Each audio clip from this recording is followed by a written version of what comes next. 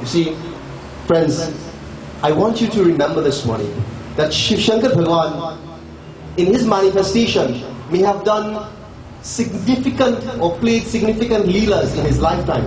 But during that execution, the execution of these grand feats and leelas, he would have been walking and enjoying and displaying human-like qualities that is premised on simplicity.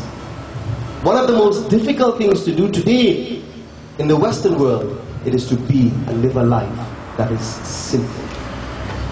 Third, as we join this morning, as we sing the final Chopai, we discuss the third quality that we should emulate within our lives that Shankar Bhagwan represents. Please join us, we chant.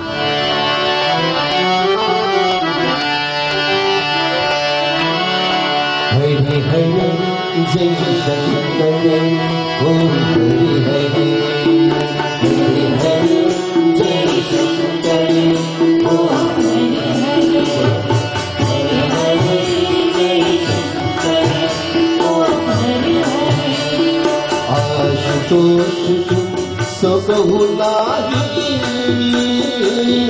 sevat karat sadai.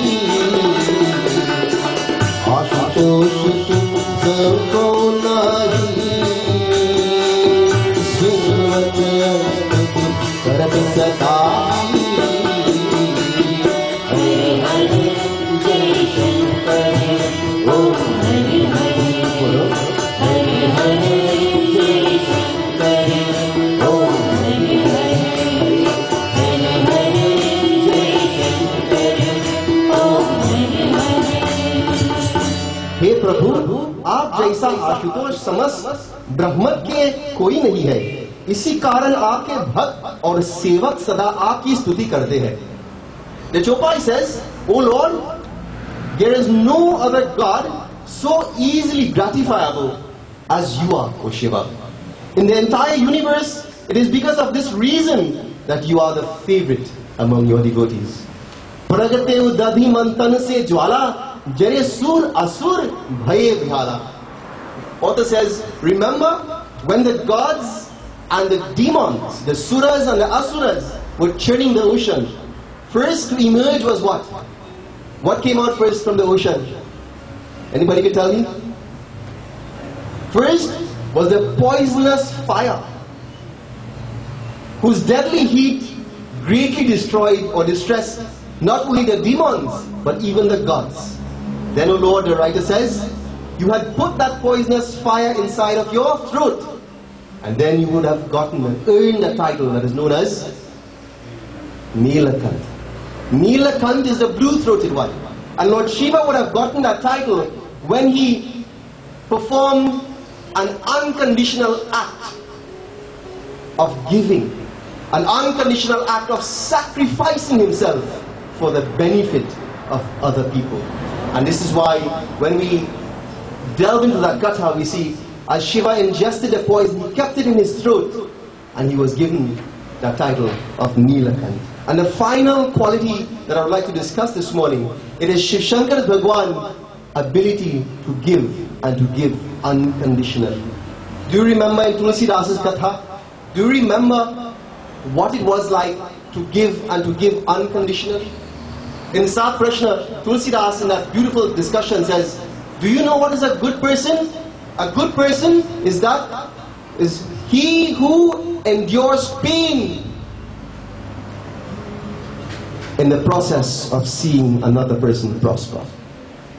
A good person is that individual who doesn't mind being inconvenienced to see another person prosper. And an asant, the reverse of a good person, he says, is that person who gets pleasure in seeing another person suffer.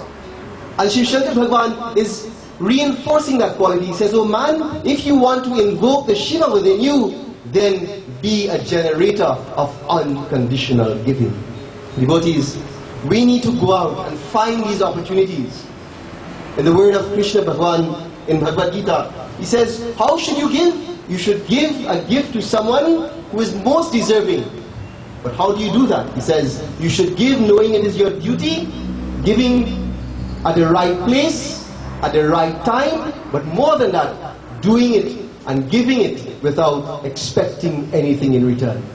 Lord Shiva is reminding us that if you want to be a generator of unconditional giving, when we do things for another person, did he expect anything from the Devas? Did he expect anything from the Asuras? He expected nothing, and he sacrificed himself for the benefit of other people. Devotees, we should learn to find those opportunities, that when events and circumstances present themselves to us, are we the one who is unconditionally giving? Or are we that person to say, I am doing this for you, but internally in our minds, we are expecting something in return? This morning, it is a very simple katha. It is a reminder as we start this new year to bring about in bringing the qualities that are required to achieve our goals, the big dreams that we want for our lives, for ourselves.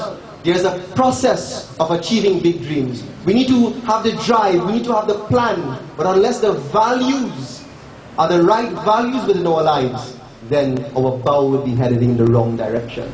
In the process of achieving our big dreams, we may do it so wrongfully. And today I remind you that these three qualities that Shiv Shankar Bhagwan has left for us. One, exercise kindness. Go about looking for the opportunity to be a blessing and to generate kindness into someone else's life. Remember that who you are, you may achieve great things in this world, but as Mother Teresa says, you can only do simple things, not great things. You can do simple things with great amounts of love.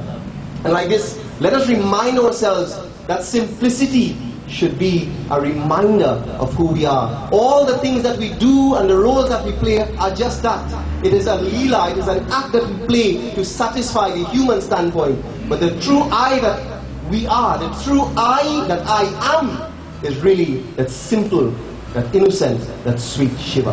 And the third aspect of Shiva that we should remind ourselves, it is in the same way that we find and look for opportunities in being kind towards another person, we should find the opportunities to be an unconditional giver. When we give something, give it knowing that it is your duty, giving it at the right place at the right time, but more importantly, give it without expecting anything in return. Today, I ask you to contemplate this very simple but beautiful message as I leave you with the words of Mohandas Karamchand Mahatma Gandhi. Gandhi said it this way. He said, before the throne of the Almighty, when we die that is, we shall be judged. Not by what we have eaten, nor by whom we have been touched. Before the throne of the Almighty, he says, we will be judged. We will be judged not by what we would have eaten, nor by whom we would have been touched by.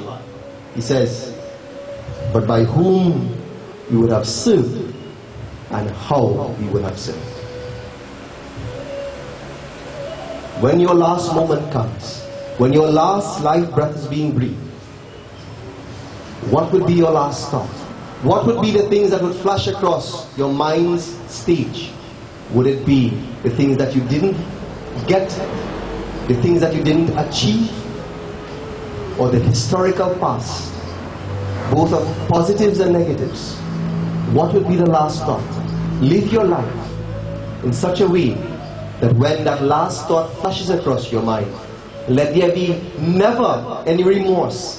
Let there never be an opportunity to say, God, I want one more day to make amends for the wrongs that I have done. Live and unveil the Shiva. Today is your opportunity.